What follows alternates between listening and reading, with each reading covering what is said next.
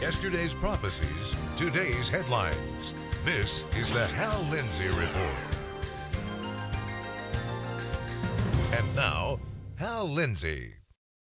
Good evening and welcome to this edition of the Hal Lindsey Report. In 55 years of prophetic ministry, I've never uttered the words, Israel has bombed Damascus, until May of 2013.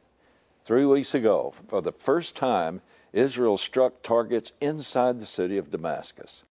The strike was part of an effort to keep missile and chemical weapons out of the hands of two groups. Hezbollah, fighting with Syrian President Bashar al-Assad, and al-Qaeda, leading the fight against him. Isaiah 17 says that in the last days, Damascus would be laid waste and never inhabited again. There are three important factors predicted about this sudden destruction. First, the entire city will become a fallen heap of ruin. In other words, totally destroyed. Second, it will never be re-inhabited or rebuilt. Third, this destruction will happen suddenly during the darkness of one night. This prophecy can only happen once at the end of this present age, the church age. As I've noted before, Damascus, Syria is the oldest inhabited city in the world that has never been totally destroyed. And this prophecy is the only prophecy outside the ones concerning the 7-year tribulation and its end with the Christ's return to set up the millennial kingdom that has yet to be fulfilled. Today, Syria is seething with anger and bulging with weapons. Its government, based in Damascus, is locked in a death struggle with a growing rebellion. The rebel leadership has been taken over by al-Qaeda. This has placed Western supporters in a precarious position. Syria is armed to the teeth. It possesses the largest chemical weapons stockpile in the Middle East and the third largest in the world. It has 100,000 missiles plus. Israeli Air Force Commander Major General Amir Eshel warned last week, Syria is collapsing before our eyes.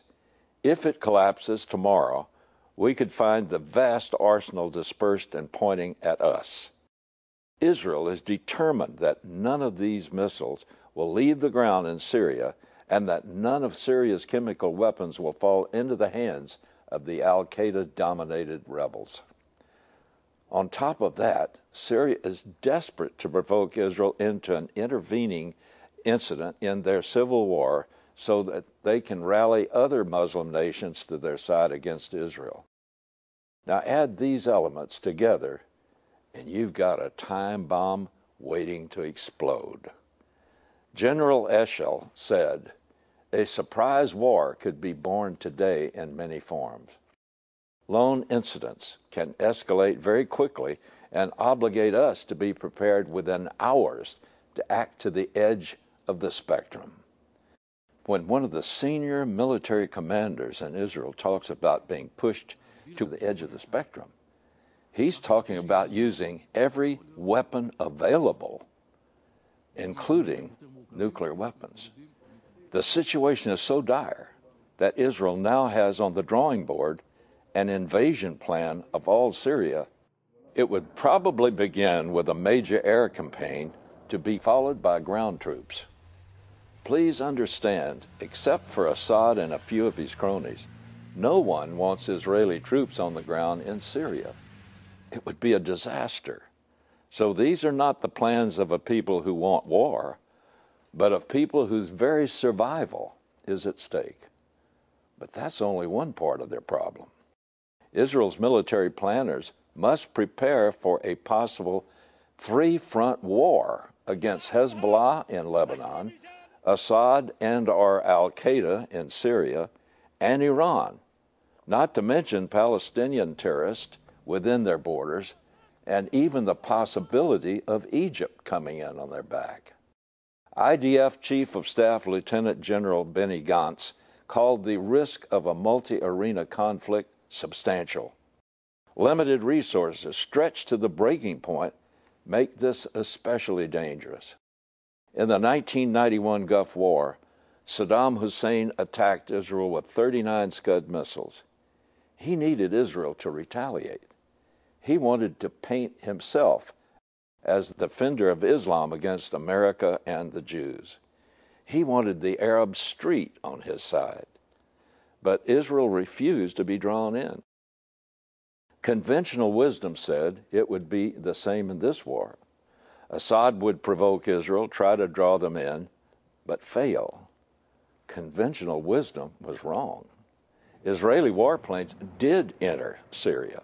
They did it in response to the threat of chemical weapons and high-technology missiles falling into the hands of terrorists.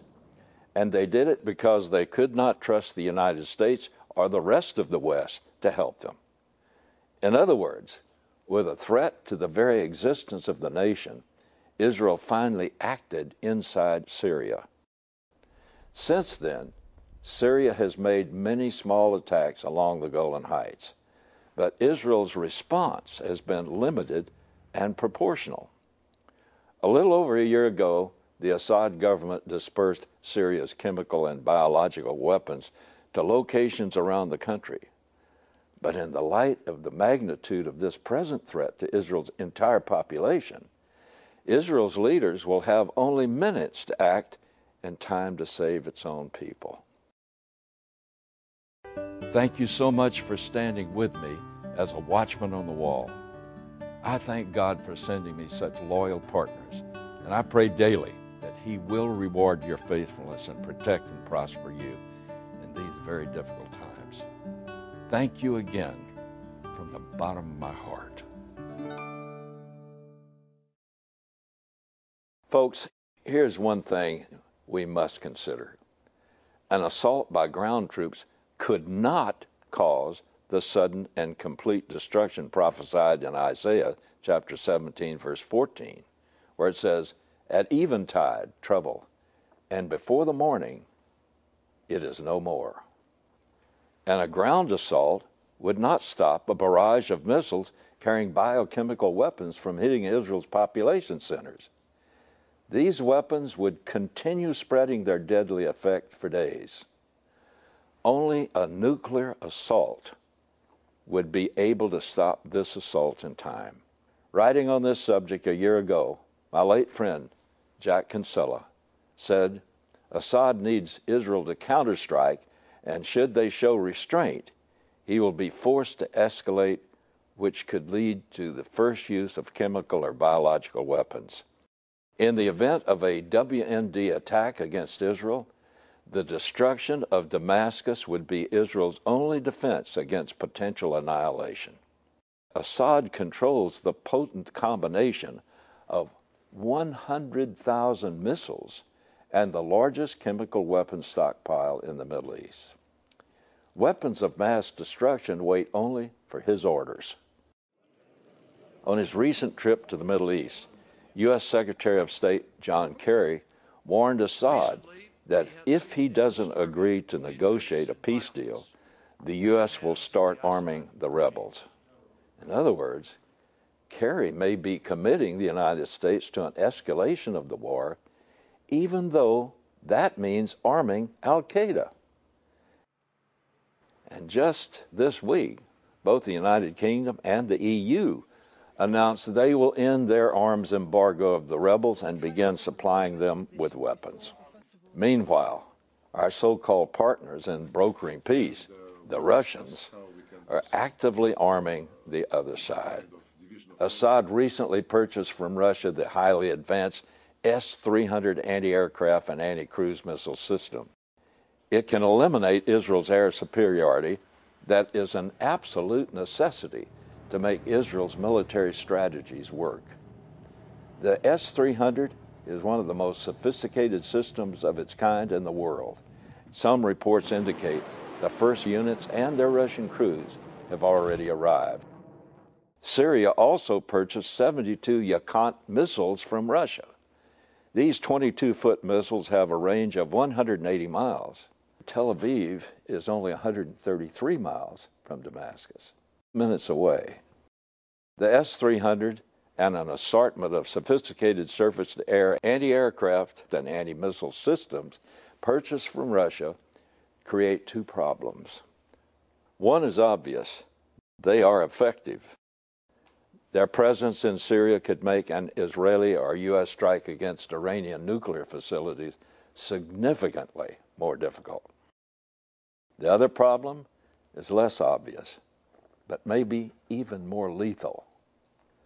They engendered a false sense of superiority, these weapons. General Eshel said such systems could give the Assad regime a false sense of security, leading them to believe they're safer than they really are. That, he reasons, may make them more likely to do something aggressive against Israel. If the U.S. does what Kerry said it would do, if it refuses to let the rebels lose the revolution, it could easily force Assad's hand. Right now, outside his few Shia Muslim friends, the Arab world stands against Assad. But if he could provoke Israel to join the fight against him, he might turn the Arab world in his favor. If he drew Israel in by using WMDs, they would have to respond by stopping his assault as quickly and completely as possible. They would have only one means of making it stop immediately and absolutely: tactical nuclear weapons. If Assad is reasonable, he will see the obvious truth, and he will refrain from using the more extraordinary resources at his disposal. But that's only if Assad is reasonable. Is he? The recent record of other Muslim despots doesn't inspire us to count on reasonableness. If his situation becomes desperate enough, Assad might do the worst thing available to him. Because of spite, because of vanity, because of rage, he might hit the chemical weapons button. If he does, Israel will be forced to stop him immediately using every means at its disposal. That could mean an all-out nuclear attack on Damascus. And, as Isaiah says, behold, Damascus will cease from being a city, and it will be a ruinous heap. That's when the prophetic dominoes really begin to fall in place. Isaiah chapter 17 describes Israel in a weakened and perilous state after Damascus is destroyed. There's no question but what the world would view Israel's use of nuclear weapons as unforgivable. If this becomes so, it will explain why Israel is willing to make a deal with the Antichrist that will guarantee its protection. According to Daniel chapter 9, verse 27, he will then make a treaty with Israel for 7 years that will guarantee its security. When that is signed, the final 7 years, called the tribulation, officially begins.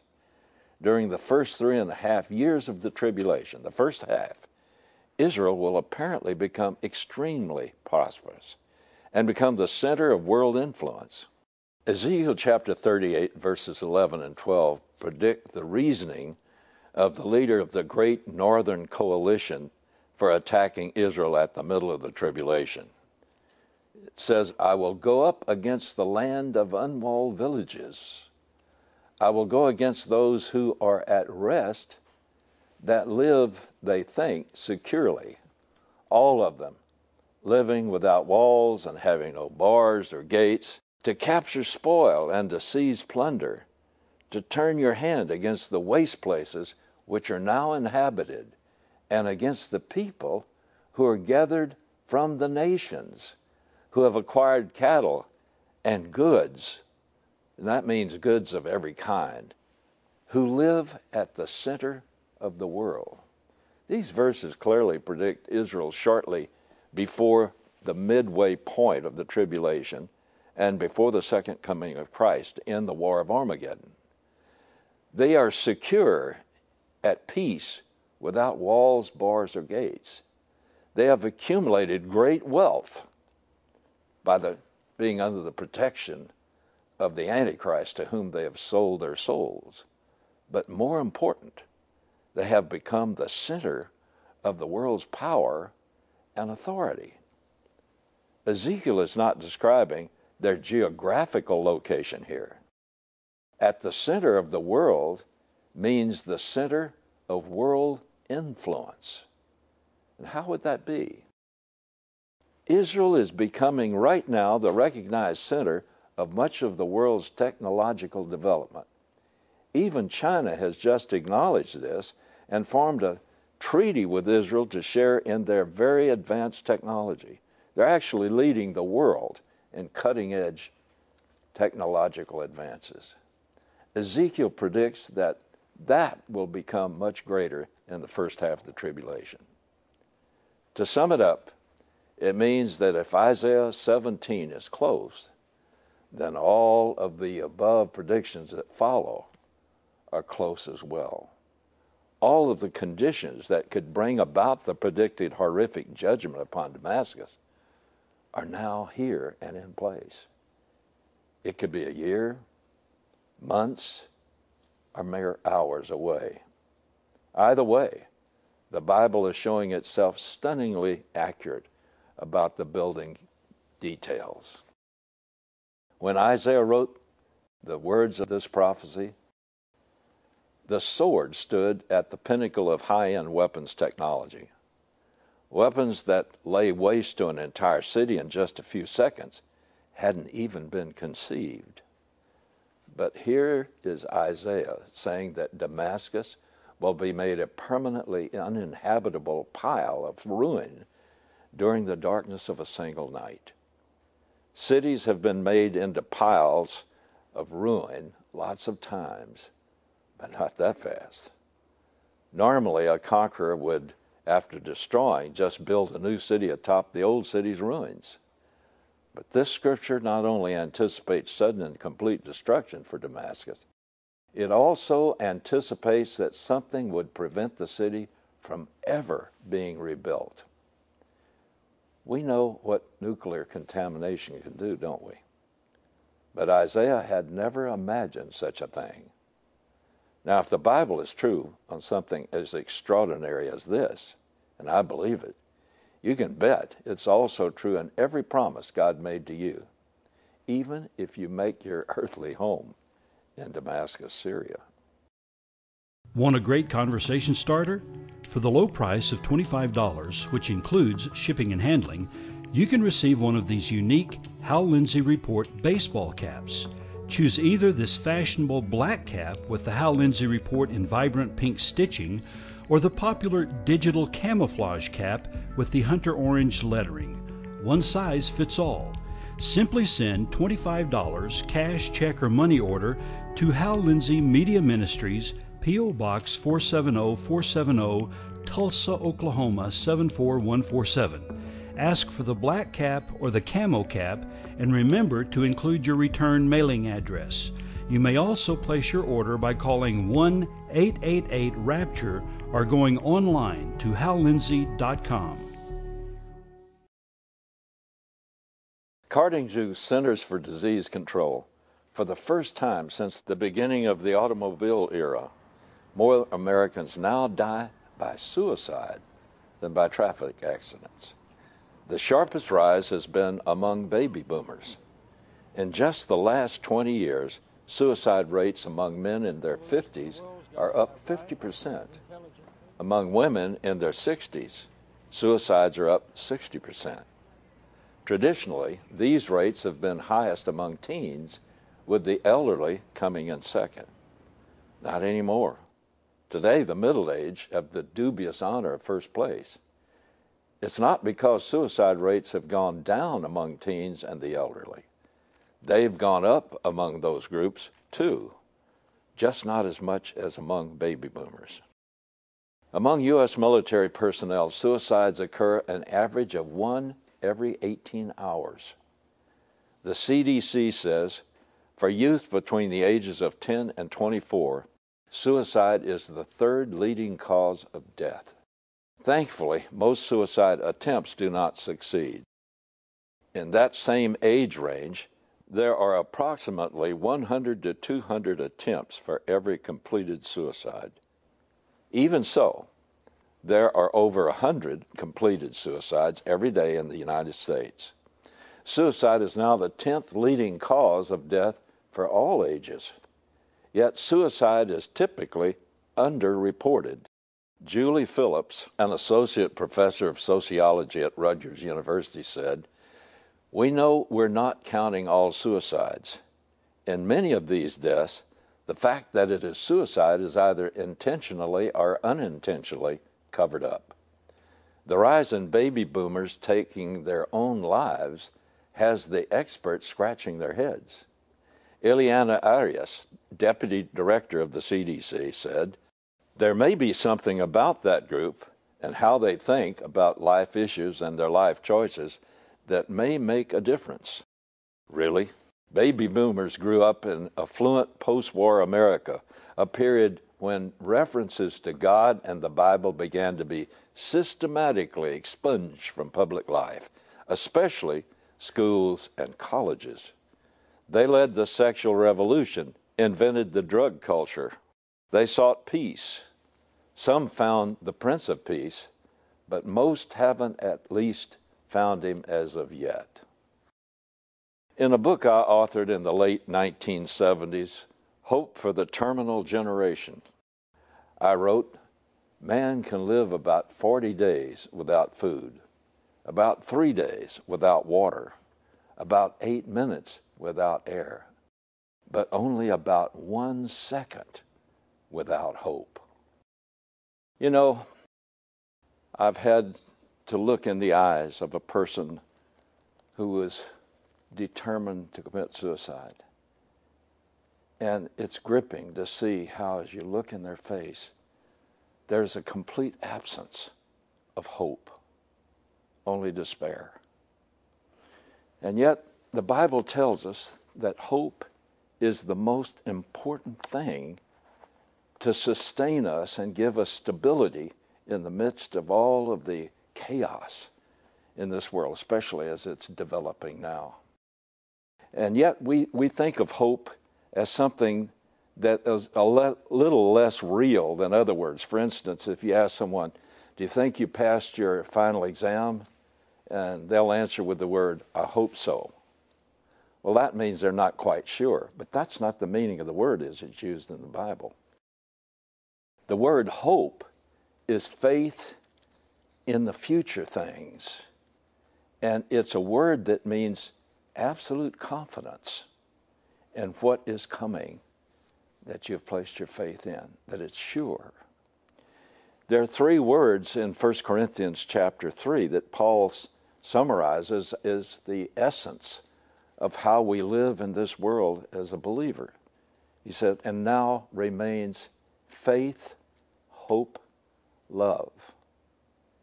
And you see, faith and hope are critical to not fall into despair with the things that we face in life.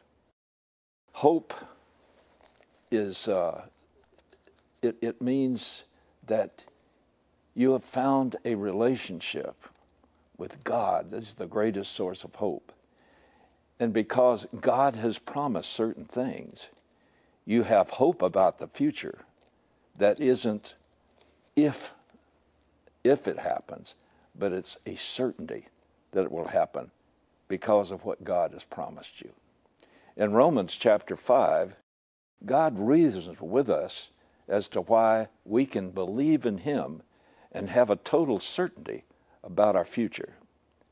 This lays the basis for having a certain hope that will sustain us through whatever terrible times we have to go through.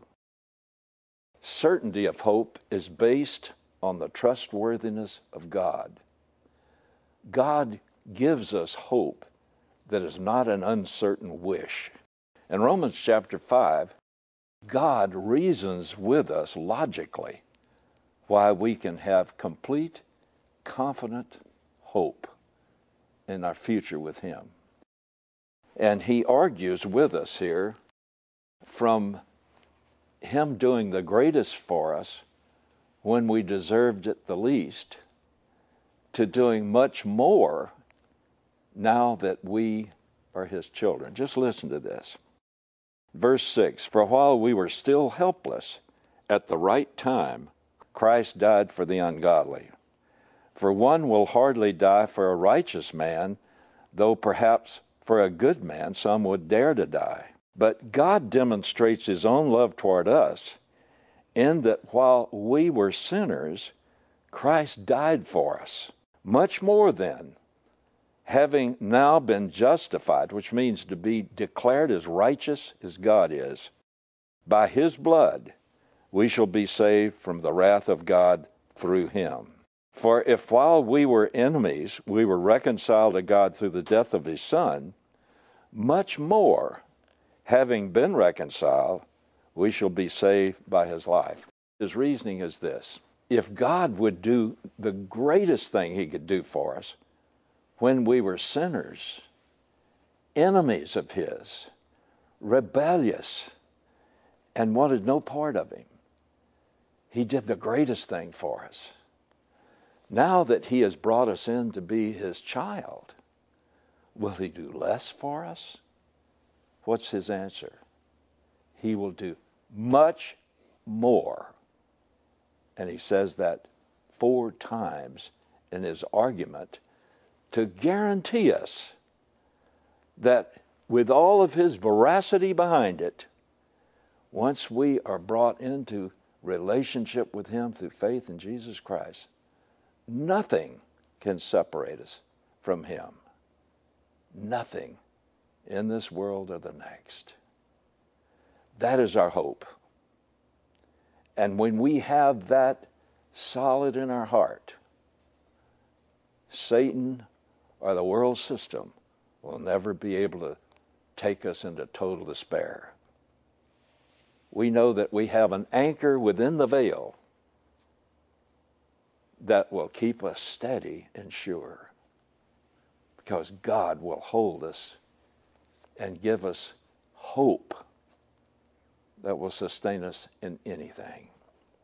That's why the believers in the 1st century and 2nd century could walk to their death in the Roman arena, knowing they're going to face ravenous lions, because they knew that with their last breath, they would go into an eternal present relationship with God in heaven forever.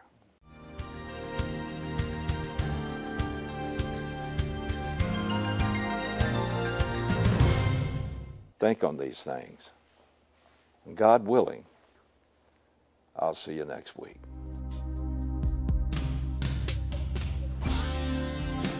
You've been watching the Hal Lindsey Report.